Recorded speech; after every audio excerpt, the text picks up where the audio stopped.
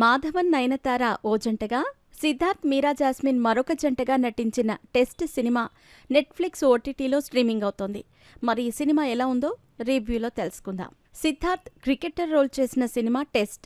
ఆయన భార్యగా పద్మా పాత్రలో మీరా జాస్మిన్ నటించారు. ఈ సినిమాలో మాధవన్ నయనతార మరొక జంట.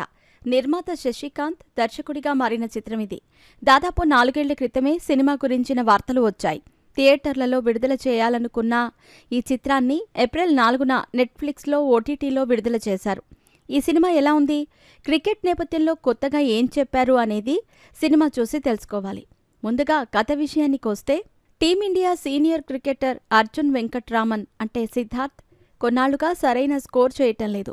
ఫామ్ కోల్పోయిన అతను రిటైర్ అయితే బావుంటుందని కెప్టెన్ సహా టీం మేనేజ్మెంట్ ఒక ప్రపోజల్ పెడుతుంది. అర్జున్ హోమ్ గ్రౌండ్ చెన్నై వేదికగా జరుగుతున్న ఇండియా వర్సెస్ పాకిస్తాన్ మ్యాచ్లో రిటైర్మెంట్ అనౌన్స్ చేస్తే బావుంటుందని సలహా ఇస్తుంది. ఆ నిర్ణయాన్ని అర్జున్ వ్యతిరేకిస్తాడు.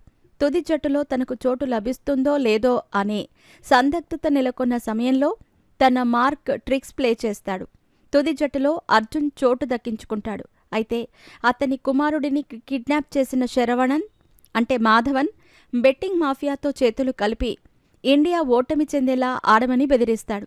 అర్జున్ ఒకప్పటి కోచ్ కుమార్తె, తన క్లాస్మేట్ కుముదా భర్తే శరవణన్.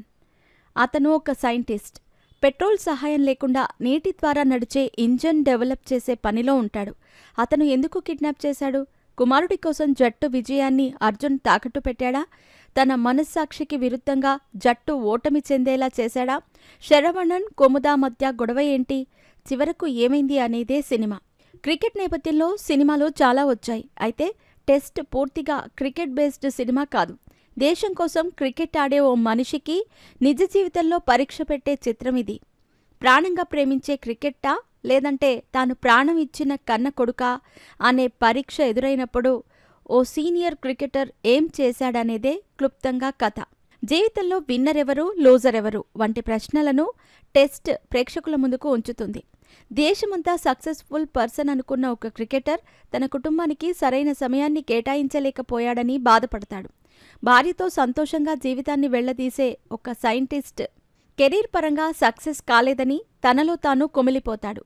మనిషి ఎప్పుడూ తన దగ్గర లేని దానికోసం ఎక్కువగా ఆరాటపడతాడని, ఆశపడతాడని చెబుతుంది ఈ సినిమా. టెస్ట్తో దర్శకుడిగా కొత్త అడుగు వేసిన నిర్మాత శశికాంత్ కథ ఎంపికలో ఎటువంటి పొరపాటు చేయలేదు. క్రికెట్ ఒకటే కాదు, అంతకు మించి అనేలా లైఫ్ ఫిలాసఫీ చెప్పారు. అయితే దర్శకుడిగా కొన్ని లూప్ హోల్స్ వదిలేశారు. లాజిక్స్ పట్టించుకోలేదు. సీన్స్ సాగదీశారు. ఏ సన్నివేశాన్ని ఎంతవరకు చెప్పాలనే విషయంలో ఆయన తడబడ్డారు. కన్న కొడుకు క్రికెట్ ఆడినప్పుడు విమర్శకుడిగా వ్యవహరించే తండ్రి తన ఆట విషయంలో ఎందుకు ఆత్మవిమర్శ చేసుకోలేకపోతున్నాడనేది అర్థం కాదు. ప్రజల కోసం ఒక అద్భుతమైన ప్రాజెక్టు డిజైన్ చేసిన సైంటిస్ట్ ఒక్కసారిగా విలన్ కింద మారి కిడ్నాప్ ప్లాన్ చేయటం ఆశ్చర్యంగా అనిపిస్తుంది. క్యారెక్టర్లు ఉన్నట్టుండి మారిపోతాయి. అందుకు తగ్గ సన్నివేశాలు, ప్రేక్షకులను కన్విన్స్ చేసే డైలాగులు పడలేదు. శశికాంత్ దర్శకత్వంలో నినాదం, సన్నివేశాల రూపకల్పనలో అలసత్వం వంటివి నిజంగా ప్రేక్షకుల సహనానికి అసలైన టెస్ట్ పెడతాయి. అయితే మాధవన్ నయనతార, సిద్ధార్థ్ మీరా జాస్మిన్ వంటి టాలెంటెడ్ ఆర్టిస్టులు చాలా సన్నివేశాలను తమ ప్రతిభతో నిలబెట్టేశారు. మాధవన్ విలనిజం చూపించే సన్నివేశాలు చూస్తే ఉన్నట్టుండి ఇంత క్రూరంగా ప్రవర్తిస్తున్నాడేంటి అని ఆశ్చర్యపోతాం. అతని నటన అంత అద్భుతంగా ఉంది. మాధవన్ నయనతార మధ్య సన్నివేశాలు భావోద్వేగభరితంగా సాగాయి.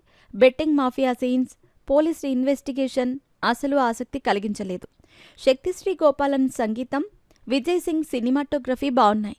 సరైన దర్శకుడి చేతిలో టెస్ట్ కథ పడితే ఇదొక మంచి ఎమోషనల్ డ్రామా అయ్యేది. డైరెక్షన్ ఫెయిల్యూర్ కారణంగా ఓ సాదాసీదా సినిమాగా మిగిలింది. మాధవన్ నటన మరోసారి మెప్పిస్తుంది. ఆయన కోసమైతే ఎటువంటి అంచనాలు పెట్టుకోకుండా చూసే ప్రయత్నం చేయవచ్చు. అంతకు మించి ఆశిస్తే కష్టం.